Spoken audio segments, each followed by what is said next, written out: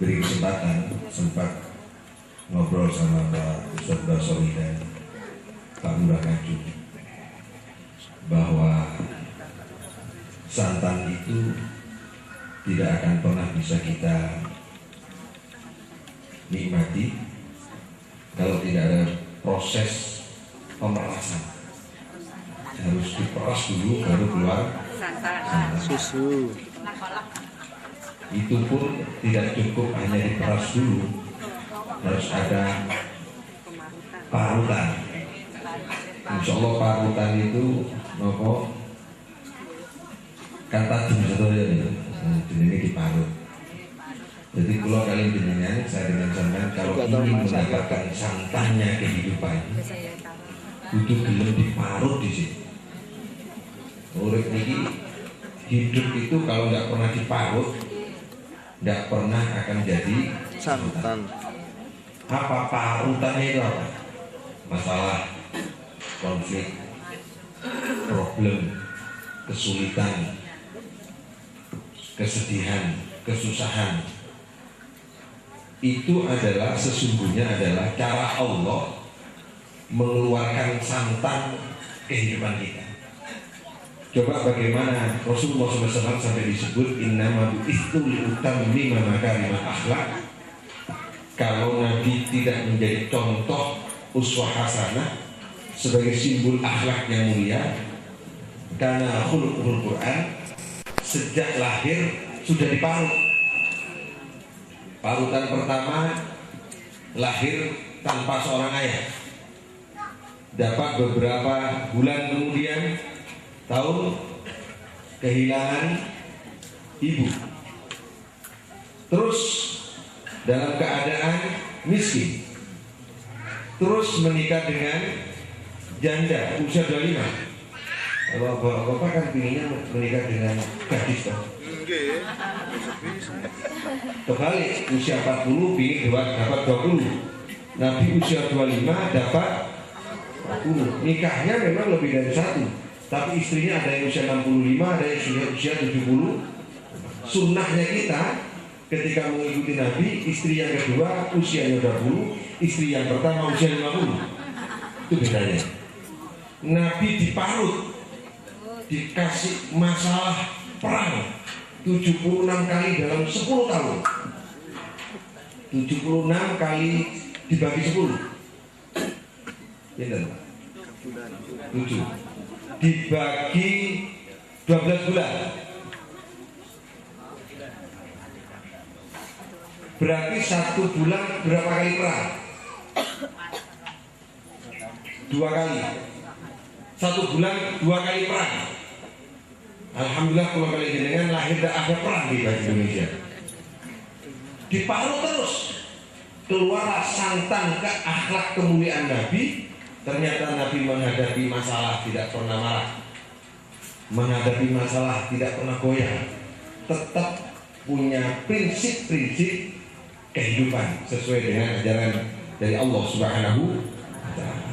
Jadi adik-adik kalau ingin mendapatkan santan kehidupan, salah satunya adalah diperas ilmu. Bagaimana kita akan mendapatkan hakikatnya Islam Kalau ilmunya tidak pernah diperas, didiskusikan, diperdebatkan, dikaji, diteliti, dihipotesa, diriset, tidak mungkin mendapatkan ilmu. Nah, ini bedanya ilmu dengan pengetahuan para jamaah. Kalau pengetahuan, ada sesuatu yang kita bisa lihat, kita bisa dengar, namanya pengetahuan. Tapi kalau ilmu harus melalui proses metodologi, riset, penelitian, diuji, bersifat universal, diterima banyak orang. Berarti ada proses pemerasan, proses laboratorium. Tapi kalau pengetahuan, semua orang tahu, bisa dilihat, bisa didengar, bisa dirasakan. Tapi tidak semua orang punya ilmu. Mudah-mudahan majelis Al-Quran Al-Dzikra ini sebagian dari tujuan kita untuk mencari hikmah, tujuan kita untuk mencari hakikat ilmu agama. Alhamdulillah kita sudah diperas oleh keadaan. Setiap minggu harus ngaji. Setiap minggu loh Pak, bukan setiap bulan, setiap minggu. Ini beratnya naudzubillah. Mulai dari mendirikan teror, lalu kemudian pentasnya, menyiapkan yang baca sholawat, bapak hadir, menyempatkan, meninggalkan harjabah. Kadang-kadang harjabah ini, meninggalkan kegiatan keluarga dan seluruhnya. Ini mudah-mudahan bagian dari kita memeras keadaan, mudah-mudahan mendapatkan ilmu dari Allah Subhanahu. Para jamaah yang rahmati Allah, ayat yang tadi dibaca adalah surat Al-Hujurat ayat 1. Ya ayyuhalladzina amanu, hai orang-orang yang beriman. Amanu ini ada Pak Aman di sana. Nah, itu namanya Pak Aman. Amanu itu kata kerja pasten, masa lampau, telah beriman. Berarti kalau amanu itu telah beriman. Jamak lagi. Kalau nggak jamak kan amanah. Ini amanu berarti orang-orang beriman. Jadi orang satu, tapi maksudnya amanu itu adalah orang beriman banyak, cukup kepada satu orang kualitas keimanannya itu. Ya ayyuhalladzina amanu, hai orang-orang yang beriman, yang telah menyatakan dirinya yakin kepada Allah, yang telah menyatakan yakin kepada Rasulullah, yang telah menyatakan yakin kepada Al-Quran, dituntut engkau tentang konsekuensi keimanan. Orang kalau pernah menyatakan harus konsekuen. La tuqaddimu baina yadayillahi. La tuqaddimu, jangan sekali-kali kau mendahului, ndisi'i, jangan mendahului hukum-hukum Allah, ketetapan Allah wa rasulihi, dan ketetapan Rasul sallallahu alaihi wasallam. Ini artinya begini para jemaah. Ini sebenarnya ayat ini telah mampu kalau kita resapi, kita tadabbur, kita ayati. Saya dengan diminta untuk merubah pola pikir, diminta untuk merubah pola kegiatan berperasaan. Kan ada kegiatan berperasaan, kegiatan berpikir dan kegiatan berperasaan harus dirubah. Jangan sekali-kali kita mendahului, mendisikkan. Mendahulukan kan mendisikkan. Mendahulukan pendapat kita, pendapat orang banyak, pendapat umum. Jangan mendahulukan kebiasaan, jangan mendahulukan adat istiadat, jangan mendahulukan budaya, nyalip hukum Allah. Jangan, ini biasanya nih, jangan boleh. Harus menyatakan menurut Al-Quran bagaimana, menurut hadis bagaimana, lalu kemudian menurut kebiasaan bagaimana. Pola pikir kita harus dirubah. Karena pola orang-orang jahiliyah, orang-orang Yahudi, orang-orang musyrik itu adalah pola-pola mendahulukan kebiasaan.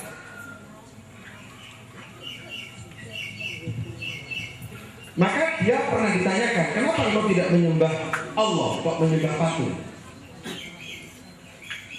Orang itu menjawab begini, saya bukan menyembah patung-patung ini, tapi patung-patung ini jadi alat saya untuk mendekatkan diri kepada Allah.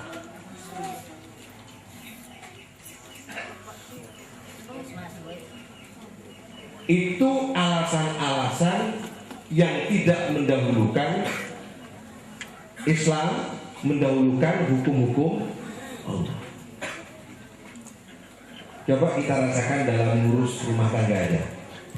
Dalam ngurus rumah tangga, ketika kita mau menikahkan anak kita, yang dipikirkan tradisi dulu, budaya dulu, atau agama dulu? Tradisi dulu. Ketika kita memfitankan anak kita, ketika kita punya hajat, ketika apapun saja, itu lebih mendahulukan hukum-hukum sosial daripada hukum. Harusnya ketika pernikahan yang ditanyakan pertama kali adalah bagaimana sahnya menurut agama dulu. Lalu kemudian baru bagaimana menurut tradisi. Saya kemarin mau melamar seorang perempuan. Ketika saya tanya gimana, ini Pak, tradisinya di sini lamaran pertama, lamaran kedua, lamaran ketiga, baru menentukan tanggal pernikahan. Ini mendahulukan tradisi daripada mendahulukan hukum. Harusnya begini. Anda sudah tengok, senang, selesai, kapan kita tentukan? Siapa walinya?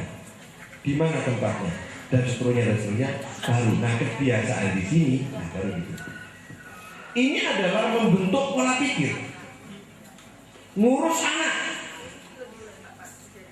Anak jangan didoktrin, kamu harus pintar. Kamu harus bisa bekerja. Kamu harus bisa cari uang. Nggak salah ini. Tapi yang harus pertama kali dilakukan oleh orang tua adalah la tusyrik billah. Jangan kau sekutukan Allah. Dulu kenalkan Allah dulu. Ikuti Rasulullah. Setelah dia tunduk patuh kepada Allah, kamu harus belajar. Kamu harus, nah gitu. Urut para jamaah yang Allah. Ini kepada anak, kepada istri. Kepada istri juga begitu. Komitmen kepada istri adalah saya suami. Saya punya tanggung jawab, ar-rijalu qawwamun 'alan nisa. Kau istri saya, kau ikut saya. Tanggung jawabnya ada pada saya sebagai seorang laki-laki. Kau ikuti saya. Ini menurut agama. Lalu kemudian menurut kebiasaan. Ayo kita runding sama orang tua. Bagaimana enak? Ternyata dalam masyarakat keluarga kita, kenapa banyak keluarga gagal? Karena sesuatu yang harusnya merupakan tanggung jawab laki-laki menurut Al-Quran didiskusikan dengan besan, didiskusikan dengan ipar. Apa yang terjadi? Rusak semuanya. Tersinggung satu dengan yang lain, bertengkar karena orang tua yang tidak setuju. Bukan agama yang didahulukan, tetapi kebiasaan. La tuqaddimu baina yadayi Allahi wa rasuli. Jangan sekali-kali mendahulukan hukum-hukum di luar hukum Allah dan hukum Rasulullah SAW. Tidak dilarang, tapi ojo nyalip. Berpolitik sama. Berpolitik jangan mendahulukan hukum-hukum kebiasaan. Harusnya hukum Allah terlebih dahulu. Contoh, kenapa Anda yang mau jadi DPR? Kenapa Anda jauh mau jadi bupati? Menurut agama ini adalah amanah. Amanah dulu. Kenapa kamu jadi DPR? Karena kalau nggak jadi DPR kita nggak dapat kerjaan. Ini gajinya besar, 14 juta. Nah ini kan lain. Islam mengajarkan bahwa kita mendapatkan jabatan itu karena amal. Mari kita rubah pola pikir kita, para jamaah rahmati Allah. Saya senang kemarin itu ada kepala sekolah datang ke rumah, Pak Walidi ngaji di SMA Kiri. Kemarin saya mau praktekkan di sekolah. Sekolah saya tidak ada pelajaran bahasa Inggris. Tidak usah, sudah nanti gurunya ketika ngajar matematika pakai bahasa pengantar bahasa Inggris. Kan sudah sama dengan belajar bahasa Inggris. Jadi kurikulum bahasa Inggris itu hapus saja. Enggak usah ada bahasa Inggris. Tapi gurunya ngajar pakai bahasa Inggris. Nah, siswanya menjawab dengan bahasa. Kurikulumnya enggak usah bahasa Inggris sudah. Sudah pintar semua bahasa Inggris, tidak? Oh, enggak ada pelajaran bahasa Madura di Madura Kabin. Nah, coba. Kemarin saya dilaporkan Pak Siswadi kepada Kementerian Pendidikan, Pak itu mengusulkan dihapusnya bahasa Inggris. Iya memang, nggak usah pelajaran bahasa Inggris, besok nggak usah. Gurunya tiap hari mengajarkan dengan bahasa. Wajib guru masuk kelas menggunakan bahasa Inggris dan muridnya menjawab juga menggunakan bahasa. Pinter betul. Pinter kader. Nggak usah kurikulum, nggak usah ada penilaian. Kalau matematika kan nggak bisa, kalau fisika kan nggak bisa, harus diajarkan. Tapi kalau bahasa kan bisa. Nah, orang using itu nggak usah diajari bahasa, using itu semua. Nah, gitu. Karena kebiasaan. Para jemaah yang hati Allah, kalau kita tahu sumber ilmu itu sebenarnya seperti apa, kreativitas dan keterampilan seperti apa, cara menyelesaikannya gampang. Bahwa bahasa bukan ilmu, tapi keterampilan. Para jamaah rahmati Allah, itu yang pertama. La tuqaddim. Jangan sekali-kali nyalip hukum-hukum. Ayo kita praktekkan. Ngaji ini kalau nggak dipraktekkan nggak bisa. Marah itu boleh. Sama bilang marah nggak boleh. Marah itu boleh asalkan marahnya karena menegakkan hukum Allah. Yang nggak boleh itu marah membela dirinya sendiri, bukan membela agama. Malah salah kalau ada sesuatu maksiat kita diam, malah salah. Nah, ini mendahulukan hukum. Orang yang mendahulukan hukum Allah biasanya gak patek disenengi masyarakat. Biasanya buatan pati disenengi masyarakat. Sebab gak seperti kebiasaan. Oleh karena itu saya mengajak, jangan membenarkan yang biasa, tapi biasakan melakukan yang benar. Nah, inilah tuqaddimu baina yadayillahi wa rasulih. Para jemaah rahmati Allah, apa salah satu contohnya di ayat selanjutnya? Ayat yang ke-6, wancati. Al-Quran itu kadang-kadang ayatnya satu dengan yang lain nggak urut cara menjelaskannya, Pak. Kadang-kadang beda surat, kadang-kadang beda ayat, kadang-kadang di tempat-tempat yang lain menyebar. Itu artinya Al-Quran itu dinamis. Di ayat yang lain, ya ayyuhalladzina amanu, hai orang-orang yang beriman tadi yang disebut, in ja'akum fasiqun binaba'in fatabayyanu. Jika kau, ini prakteknya ini, jika kamu mendapat kabar, berita, informasi, baik dari media, koran, televisi, termasuk berita dari seseorang, fatabayyanu, tabayun dulu, klarifikasi dulu, jangan gampang percaya. Ini cara Allah dan cara Rasul.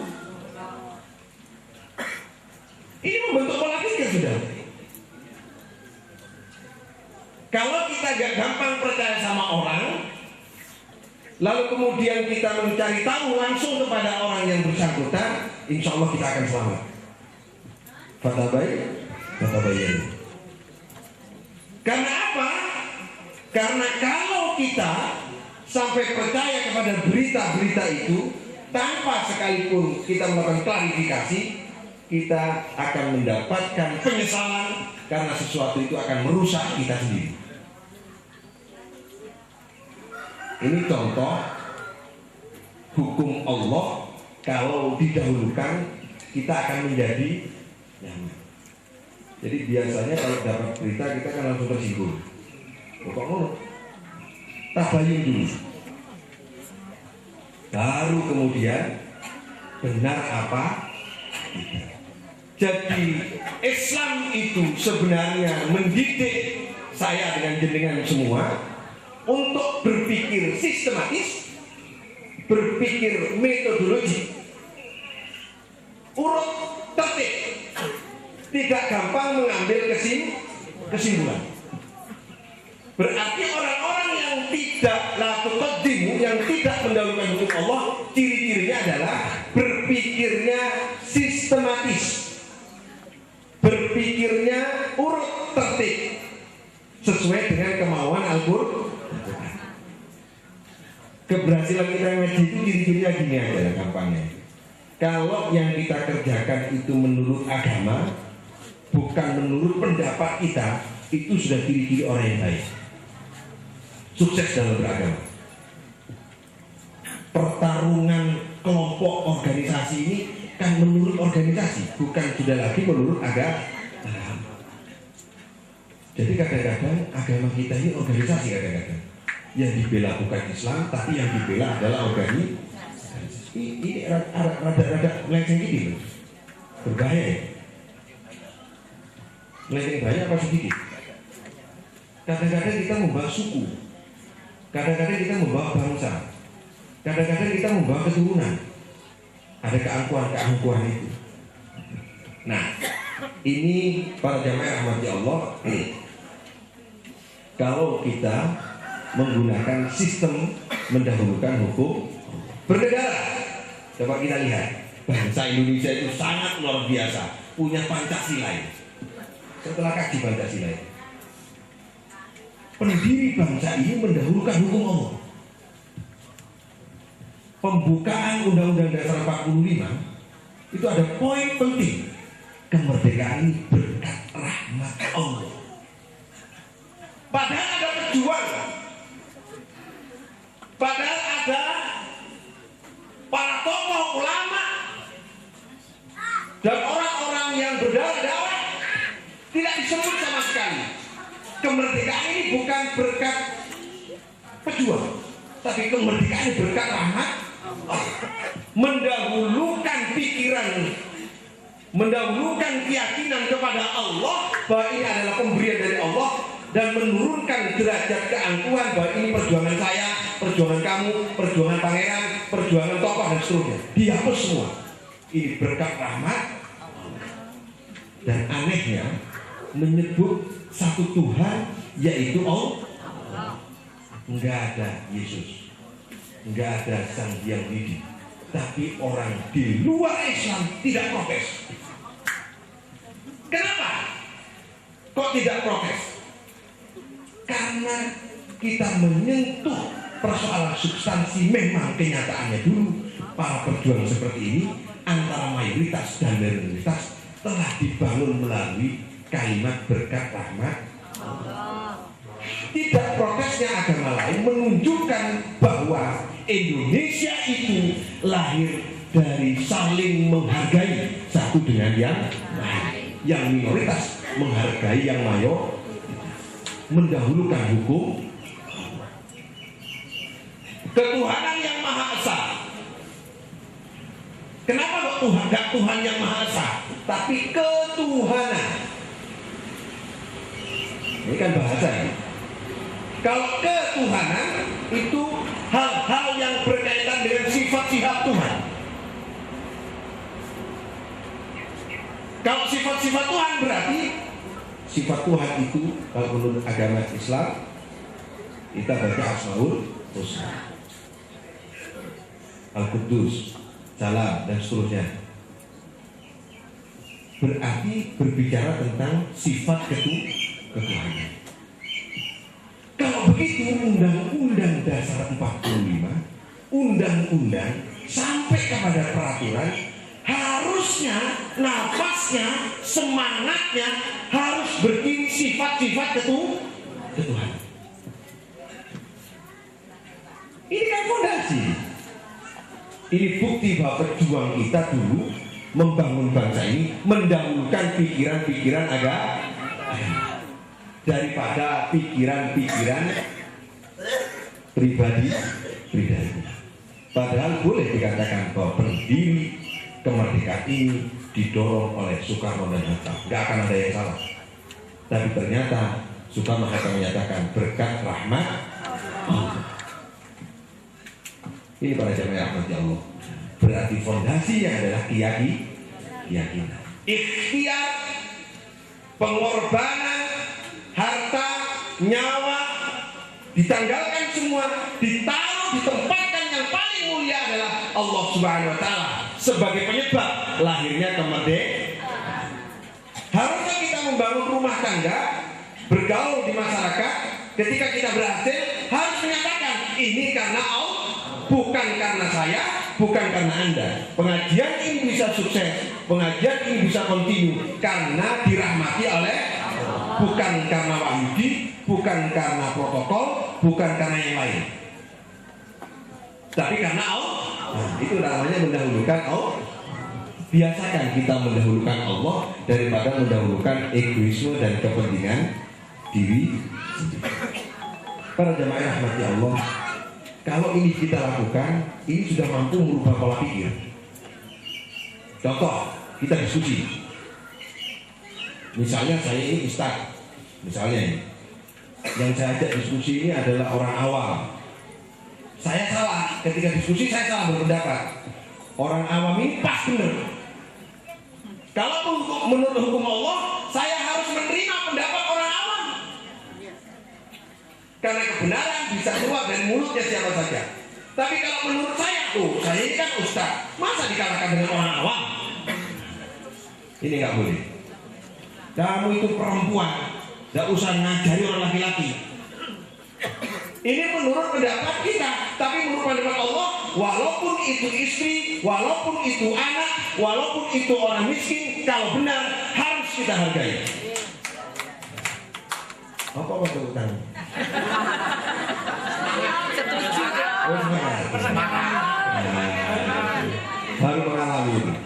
Kalau jadi ngalami kok ya. Saya kira demikian dulu. Ayo kita selawatan.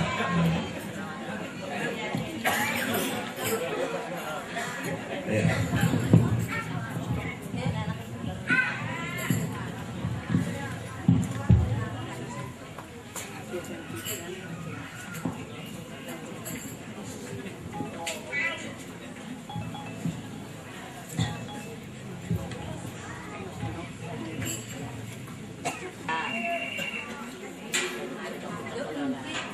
Para jamaah rahmati Allah.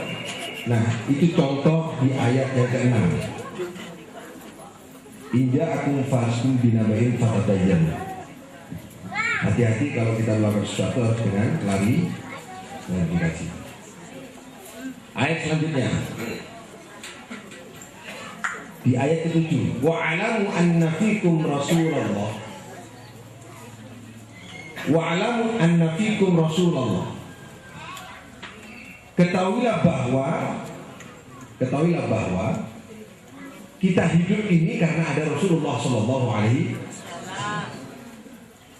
Lau yuti'ukum fi kathirin minal amri la'anitum. Ini ancamannya. Jika Rasulullah disuruh mengikuti, mengiyakan, menyetujui cara-cara kita semua, diiyakan semua oleh Rasulullah SAW,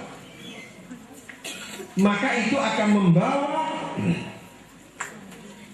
rasa berat, beban di kathir minal amri itu. Perkara-perkara itu yang banyak dalam kehidupan ini, metodologi penyelesaiannya, mencari solusinya itu dengan cara kamu semua, dengan caranya manusia kebanyakan, tidak menggunakan cara Rasulullah SAW, itu justru akan menimbulkan beban berat bagi kita. Kalau solusinya adalah dengan cara orang banyak, bukan cara Rasulullah. Kita masih ingat waktu ngaji Alhamdulillah. Coba kalau kita yang mengucap Alhamdulillah dalam semua keadaan, akan menjadi ringan. Rasul itu kalau ketemu masalah yang susah, beliau langsung mengucapkan Alhamdulillahi ala kulli hal. Kalau pahit, Alhamdulillahi fi murri wa hal.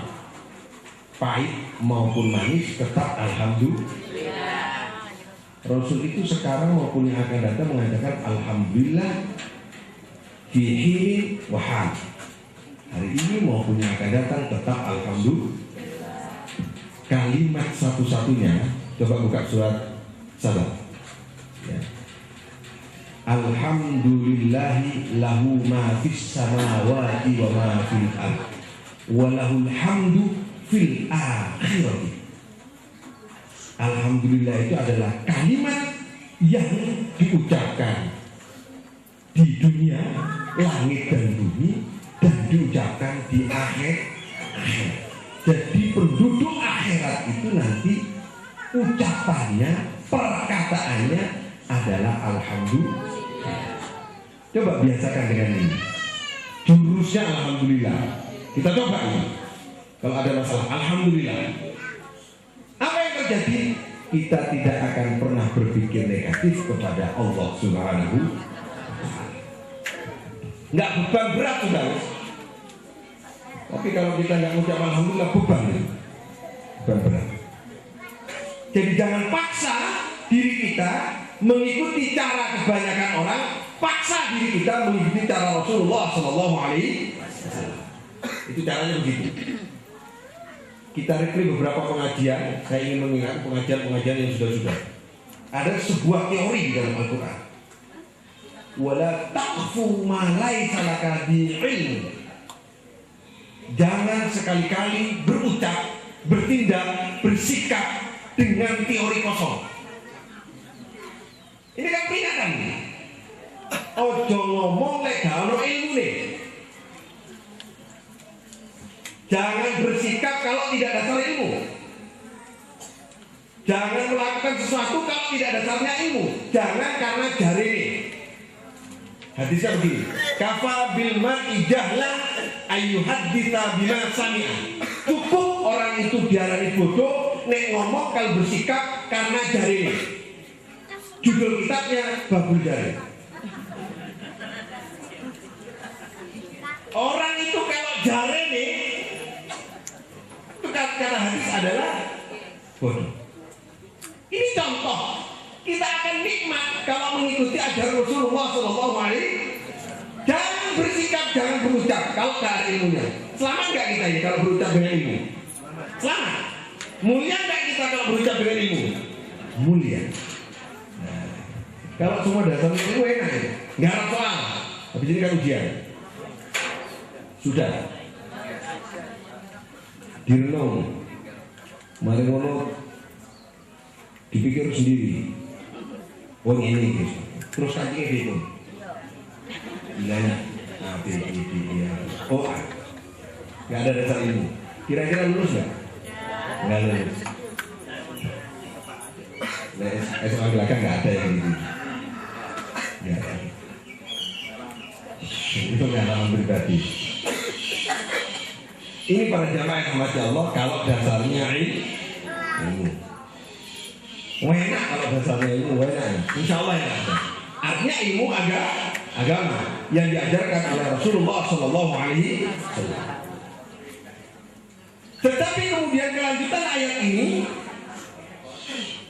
walakin Allah, akan tetapi sebaliknya apabila kita mengikuti ajaran Rasulullah Sallallahu Alaihi Wasallam, ya, ahabba ilaikumul iman wa zayyanahu. Kalau kita mengikuti ajaran Rasulullah, hadiah langsung spontan dari Allah adalah kita akan dibuat senang. Kita akan dibuat senang kepada keimanan melalui sesuatu yang ada dalam diri kita, yaitu hati kita ini tiba-tiba senang kepada pengajian. Hati kita ini senang kalau mendengarkan Al-Quran. Kan ada orang yang sumpah kalau mendengarkan Al-Quran, ada nggak?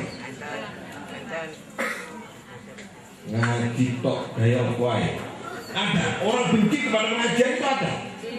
Kenapa kok dia melakukan punya hati seperti ini? Karena dia tidak memulai, tidak mendahulukan hukum Allah. Ini hukum sebab akibat. Jadi kalau kita ini ternyata hati kita kering, tidak senang kepada kegiatan-kegiatan keagamaan, penyebabnya adalah kebiasaan kita tidak mendahulukan hukum Allah. Ahabba ilaikumul iman wa zayyanahu, diberi rasa senang dan indah pengajian itu, walaupun duduk mulai jam 4:30, jam 4 sampai jam 8 enak. Tapi kalau enggak, lebih enak melihat tukul daripada pengajian. Ini berjalan dengan penyebabnya tidak mendahulukan hukum-hukum. Saya ingin langsung mempraktekkan dalam keluarga. Biasakan kalau ngurus keluarga, anak istri itu tanyanya pertama kepada Al-Quran.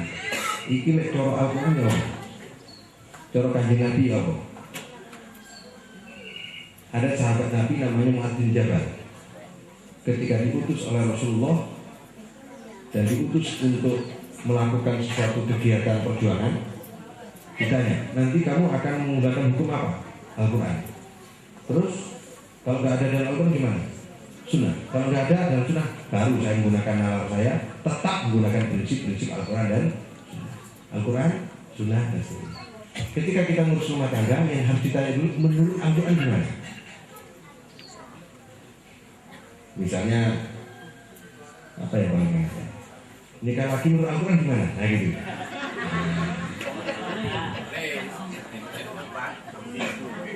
Ibu-ibu nggak bersuara ini. Bapak langsung, oh oke.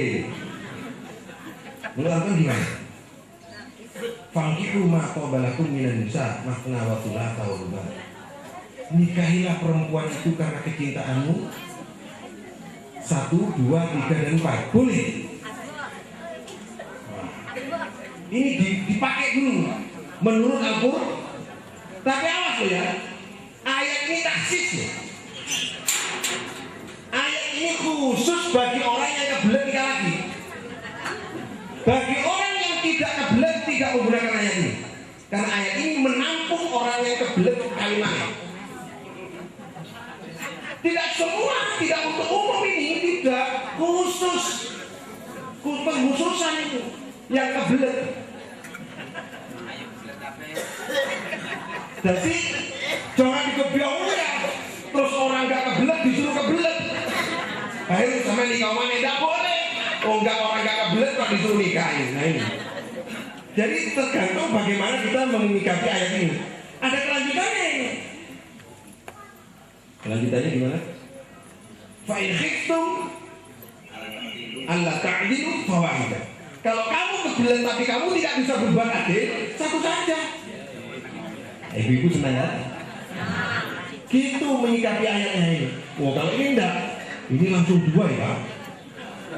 2, 3, 4 langsung diberadakan. Dua problem yang terjadi karena tidak menghayati maksud dari tujuan Allah Subhanahu wa ta'ala. Enak kan? Biar mulai tersenyum. Sakitnya tuh di sini.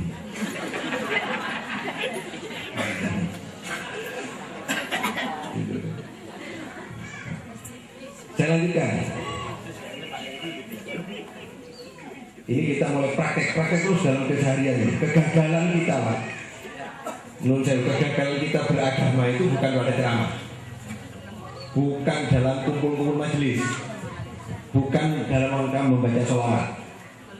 Sholawatan begini yang harus didahulukan rasa cinta kepada Rasul. Nomor 1, baru suaranya, baru indahnya, baru model dan bentuk terbangannya, jenisnya dan seterusnya. Jangan jenisnya dulu, suaranya dulu, cintanya pada Rasulullah terakhir. akhirnya nggak jadi perasaan cinta, menggugah cinta kepada Rasul, tidak menjadi tontonan, menjadi seni saja, bukan menjadi bentuk rasa cinta kita kepada Rasul. Praktek lagi dalam kehidupan sehari-hari. Ya ayyuhalladzina amanu, ini di surat di ayat ke-11 tadi ayat 10-nya, kelanjutan ini. Meloncat ya, ayat 9-nya enggak kita sebut, langsung ayat 11. La yaskhar qaumun min qaumin. Jangan, ini perintah ini. Kami lihat dalam praktek. Jangan mengolok-olok kelompok lain. Dianggap kelompok lain itu lebih rendah daripada kelompok kita. Asa ayyakunu khairan minhum. Bisa jadi kelompok yang kita anggap masuk neraka itu yang masuk surga. Ayo. Masih ingat pengajian di Polres dulu 2 tahun yang lalu? Banyak hadis yang bersebaran menyebutkan bahwa besok ada 73 golongan. Yang 1 masuk surga, yang 72 masuk. Masih ingat toh? Saya pernah menyampaikan ada hadis yang menyebutkan kebalikannya.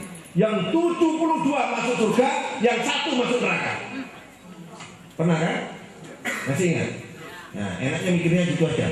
Yang 72 masuk surga, yang 1 masuk, sehingga golongan lain tidak gitu tinggal di madun rokok.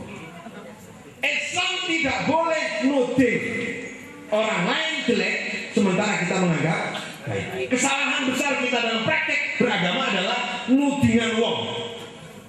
Nih, nudingan wong. Kesalahan praktek kita beragama ini. Ngapun terbentuk praksi ini. Kulo kali jenengan, saya dengan sampean mbok ibadah sampai kuwenteng nek nudingan wong kalau gunane. Wala yakin loh. Karena di dalam Islam itu justru hubungan sosial itu utama, nomor 2 setelah hubungan kita dengan Allah. Prakteknya Islam itu kelakuan. Islam itu bukan ilmu pengetahuan, Islam itu wahyu. Wahyu. Nah. Islam itu bukan ilmu, bukan. Islam itu bukan pengetahuan, Islam itu wahyu. Kebenarannya mutlak, nggak boleh diutak-utik. Apa artinya? Islam itu pekerjaan.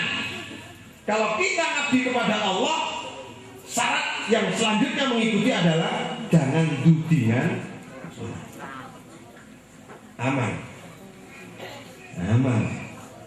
Dudingan sijiro telur ini sampai dengan ini bridging bisa. Dan ini loro, ini yang dudingan loro sing telur dekat ngeri. Jadi wong dudingan wong sing sajane sing salahne lawake. Pokoknya ngaji, kalau kalian jenengan, saya dengan sampai kalau ngaji, ngetu ngaji, tak dudingan wong gagal. Mulai, latihan ini mulai, enak ini. Ngaji, sopan putih, sarungan putih, kelambi putih, surbanan dudingan wong gagal. Mulai. Nah ya apa kalau nggak dipraktekkan, kan udah? Kalau sholat udah pak. Coba ini, kita prinsip-prinsip dalam beragama. Biar kita ketemu bagaimana caranya kita tidak bertengkar. Contoh masalah sholat, kita kan gegeran masalah musolli. Gegeran musolli. Padahal musolli itu di luar sholat. Sholat ini diawali dari apa? Takbir. Takbir diakhiri dengan takbir, akhir salam. Niatnya di mana? Niatnya di takbir. Kira, susiku. Soalnya bid'ah. Guru sholat kok di bid'ah nih. Kan saya belum sholat ketika usolli. Ini jangan tersinggung yang Muhammadiyah ya. Saya belum sholat, belum takbir.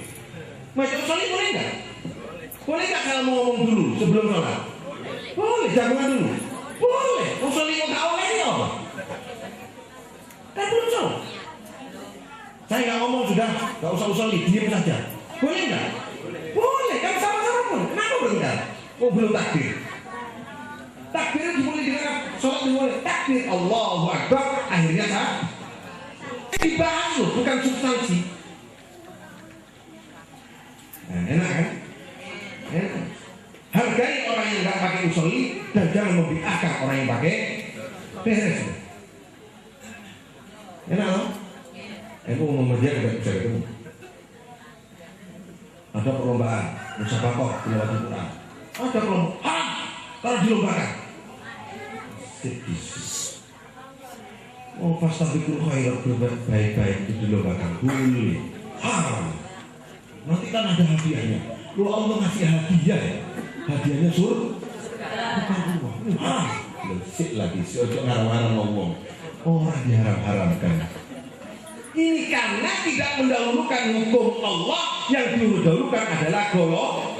Yang terjadi judingan golongan. Oh, mau sokok dulu, Pak. Nah, pakai kan dulu. Kode ini mari soal sokok dulu. Kiri-kiri orang banyak uangnya, sokoknya tinggi. Soalnya kalau dulu orang tua dulu itu kalau naruh uang kan di dalam sokok. Semakin banyak, semakin tinggi sokoknya. Ini contoh. Yang kedua, termasuk wala nisa'in min nisa'in. Jadi termasuk kelompok perempuan, nyalana kelompok perempuan. Asa ayakunna khairan minhunna. Ini tidak boleh. Kelompok perempuan dan kelompok perempuan, laki-laki dengan laki-laki tidak boleh. Muslimat dengan Aisyah, nggak usah dikira. Masjid itu ciri-cirinya kayak Al Muhammadiyah, At-Taqwa Muhammadiyah, Al-Huda Muhammadiyah, Al-Ikhlas Muhammadiyah. Ciri-cirinya ada. Ciri-cirinya pokoknya mau ngaji di mana? Al-Huda Muhammadiyah. Lain lagi. Darul Muttaqin, Baitur Rahman, lain beda lagi. Misalnya pokoknya al Muhammadiyah. Sampai namanya ada cirinya. Ayatnya wa'tasimu bihablillahi jami'an. Itu ayat Muhammadiyah. Wal takum minkum ayat Muhammadiyah. Lu ayatnya Al-Qur'an ini, maksud ayat Muhammadiyah. Kita ini kadang-kadang mendahulukan golongan daripada mendahulukan agama. Oleh karena itu kita jangan mendahulukan golongan. Harus Islam. Golongan kelompok itu alat perjuangan untuk mengibarkan bendera Islam. Maka Muhammadiyah, NU, LDI, Hidayatullah, Hizbut-Tahrir segala macam itu adalah alat untuk mengembangkan, mensiarkan dan memuliakan bendera Islam. Itu kelompok. Sekarang kepada pribadi. Wala talmizu anfusakum. Jangan menjelek-jelekan diri sendiri. Yo aku panjang mau melarang. Gak usah ngomongan dulu. Gak oleh. Nah, kamu kan sugih. Kan banyak ini. Kenapa aku gak pernah silaturahim ke kakaknya? Wis, kalau saya ini orang gak punya bu, kakak saya kan kaya. Saya takut gak enak perasaan. Nah ini. Ada gak itu? Ada nggak itu? Kayaknya nang besan, nang mantu, nang ipar kan ada gitu. Kok nggak pernah silaturahim? Aduh, saya ini orang miskin, takut nggak pantas. Saya sering kesana takut merepoti. Apa ini? Kok menjelekkan diri sendiri? Inna akramakum. Loh, kalau agama apa? Inna akramakum indallahi atqakum. Yang paling mulia di sisi Allah bukan yang kaya, bukan yang miskin, bukan yang berilmu, yang paling bertakwa. Loh, itu bukan yang kaya. Biasa-biasa saja. Ada yang kayak begini. Lapor loh. Omeng gini, sempit, sumpah. Enggak usah. Ini tidak mendahulukan agama. Ini yang ketawa, ini yang pengalaman. Sering. Ini kepada diri. Jadi Islam itu mengatur urusan diri sendiri dan orang lain. Dahulukan kepentingan, dahulukan hukum Allah. Yang mulia adalah yang bertakwa, bukan yang kaya, bukan yang mau mantu. Golongannya apa? Wah itu Pak, rodok Muhammadiyun. Gak jelas. Gak sido mantu Pak. Gak sido mantu itu. Yakin itu sama LDI ini. Kan ada ya? Oh jangan-jangan jenggot itu kelompok lain. Jadi tidak lagi dilihat ketaatan kepada Allah. Wala tanabbazu bil alqab. Yang kedua, jangan nyebut orang lain dengan gelar yang tidak nyaman. Ini di Banyuwangi ada celeng gitu. Asu guys. Enggak boleh, Pak. Harus dimuliakan. Ada orang gegeran masalah Sayyidina. Yang pakai Sayyidina bid'ah. Kalau nggak pakai Sayyidina itu sunnah. Saya buka Al-Quran. Saya tunjukkan kepada orang yang hujat-hujat Sayyidina ini. Ada orang nggak pakai Sayyidina, tapi begini kalau sudah itu. Mari kita selawat kepada junjungan kita Nabi Muhammad SAW. Gak pakai Sayyidina ya. Pidato pertama, protokol. Pembicara bilang, mari kita bersolawat kepada Sayyidina Nabi Muhammad SAW. Sayyidina dibahas. Apa bedanya Sayyidina dengan junjungan? Sama. Yang satu bahasa Indonesia, yang satu bahasa. Jadi mau dobi air loh. Coba lihat orang yang tidak pakai Sayyidina, kan pakai junjungan. Yang mulia Nabi aku sama dengan Sayyidina itu. Cuma yang itu berbahasa lo gegeran urusan Sayyidina. La taj'alu du'a ar-rasuli bainakum ka du'a ba'dikum ba'd. Itu aturannya. Jangan kau menyebut, memanggil Nabi Muhammad seperti kau memanggil orang lain. Tidak boleh. Yuk, ini, mat, tidak boleh. Bedakan panggilan kita kepada Rasulullah dengan panggilan kita kepada orang. Perkara bentuknya junjungan, Sayyidina, Nabi aku, silakan. Nah, kan tidak tukaran ini. Aman kan? Kalau kembalinya kepada hukum, la tuqaddim baina yaday Allahi wa Rasulih. Jangan mendahulukan pendapat pribadi. Enak. Lalu apa lagi? Lagu ya. Berarti selawat. Selawat kedua. Selawat kedua ada tulisan karena mau lomba ya. Siapa? Grogi. Laki-laki ini grogi. Padahal laki-laki ini luar biasa. Karena dihadiri oleh kepala sekolah dan ibu kepala sekolah.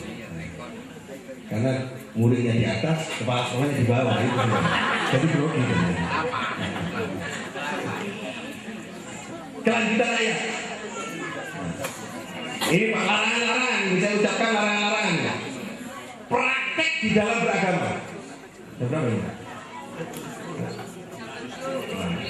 Duduk ya. Mau kuliah sih. Ya ayyuhalladzina amanu, hai orang yang beriman, yang tadi dipanggil itu, yang tidak boleh mendahulukan kepentingan pribadi, harus mendahulukan kepentingan Allah. Hukum Allah dulu. Ijtanibu katsiran minadh-dhanni. Inna ba'dadh-dhanni itsmun. Hati-hati, hindari kebanyakan prasangka, ngiro-ngiro, menduga-duga. Tidak boleh kita ini berpikir berdasarkan prasangka. Tidak boleh. Hati-hati. Inna ba'dadh-dhanni itsmun. Karena sesungguhnya zon itu prasangka. Prasangka itu dasarnya angan-angan. Angan-angan. Oh ini angan-angan. Lamunan. Bukan berdasarkan hukum Allah. Itu dosa. yang tidak berdasarkan hukum. Apa ada Pak? Zon yang berdasarkan hukum ada. Contohnya penyidik kepolisian. Leka curiga bahaya malah. Iki kok liwari nang ngarepe omah ini boleh marah iki. Ono apa dicurigai? Dicurigai. Oh, artinya nyolong. Boleh. Boleh, Pak. Karena ada penyidik harus curiga bahwa orang yang disidik ini adalah pelaku jahat. Kalau tak curiga sama sekali, nggak sih itu agak bohong. Gitu. Makanya disebut katsirun minadh dzanni, kebanyakan prasangka itu, zon itu ismun. Apa kelanjutannya? Wala tajassasu, jangan mengintai. Ngintai itu ngintai. Ngintai kesalahan wong liya. Nah ini yang berat ya. Dalam bertetangga.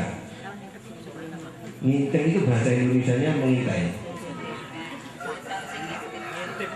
Mengintip. Ngintip itu bahasa Jawa.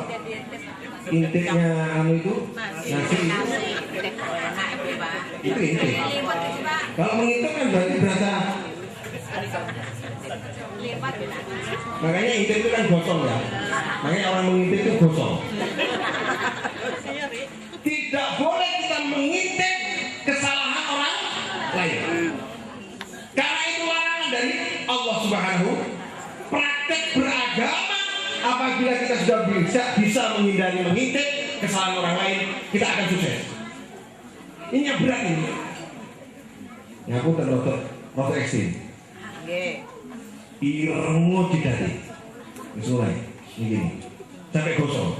Lek tukang nginceng kesalahan orang lain, orang gunanya. Bapak guys, jilbab orang sampai berukut. Senangnya kelemahan kita begini. Ini sorry ya, jangan tersinggung ya. Sing jenggoten rumongso sudah menjalankan sunnah. Lek kak jenggoten gak sunnah. Jilbaban rumongso mulya. Lek guru jilbaban guru mulya. Iya, tapi yang punya hak menyatakan ini Allah, bukan kita. Jangan melihat orang yang belum jilbaban itu tidak mulia, yang menyatakan tidak mulia kita. Sebelum kita mengajak orang yang tidak jilbaban itu menjadi orang yang jangan menghina orang yang tidak menjalankan sunnah sebelum kita mengajak orang yang tidak menjalankan sunnah untuk menjalankan. Sudah nggak mau ngajak, menghujat. Ada nggak itu? Rumongso benderi mengintai kesalahan. Saya sholat itu sering kok. Tidak lirik. Lirik. Kok kelonoan? Gak enak ya. Lu wong sholat kok ngurusi kelonoan wong. Apa ini kelonoan atau tingkang? Nah, hati. Jadi sholat itu koreksi golongan. Apalagi yang tahiyatnya begini. Jadi sholat ini ngurusi tahiyatnya orang. Bener gak itu dalam praktek itu? Apalagi kunut dan gak kunut, jejer. Yang satu kunut, yang satu gak kunut, yang satu kunut. Mau bikin hadis, mau bikin apa? Maka turun. Di sholat itu kita koreksi kerjaan orang lain. Apalagi di luar sholat. Bener gak ini? Ya. Sampai duduknya orang depan kita sholat itu dikoreksi. Gak sunnah. Soalnya gak dikoreksi. Dikoreksi semua. Kamu itu sholat apalagi korek-korek. Ini Bapak Ibu yang dihormati ya. Kenyataan dong. Wala yaktab ba'dukum ba'da. Yang terakhir. Jangan rasan-rasan. Kalau nggak ada orangnya, jangan ngomong orang lain. Yang ngomongkan kelemahan orang lain. Kalau nggak ada orangnya. Karena membawa Fitnah bahasa Indonesia ya. Fitnah bahasa Indonesia dengan fitnah bahasa Arab beda. Kalau fitnah bahasa Arab itu maknanya menarik. Melarang orang beribadah itu namanya fitnah. Kalau fitnah bahasa Indonesia ngomong sing gak ono wong. Orang-orang semacam itu tadi yang banyak saya sebutkan tadi itu disebutkan dalam Al-Quran, ayyuhibbu ahadukum ayyakula lahma akhihi maitan fakarihtumu. Orang seperti itu menurut Al-Quran, walaupun dia berkopiah, bersarung, bersorban, itu orang yang senang memakan daging saudaranya, yang saudaranya, daging saudaranya itu telah menjadi bang atau Sumanto. Sumanto itu kan suka makan daging bangkai. Jadi orang yang suka mengintai orang lain, orang yang suka rasa-rasa, menjelekkan dirinya sendiri dan seterusnya tadi, prasangka-prasangka, itu kalau perempuan namanya Sumanti, kalau laki-laki namanya Sumanto.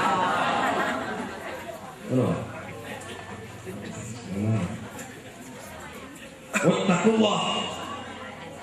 Maka kita harus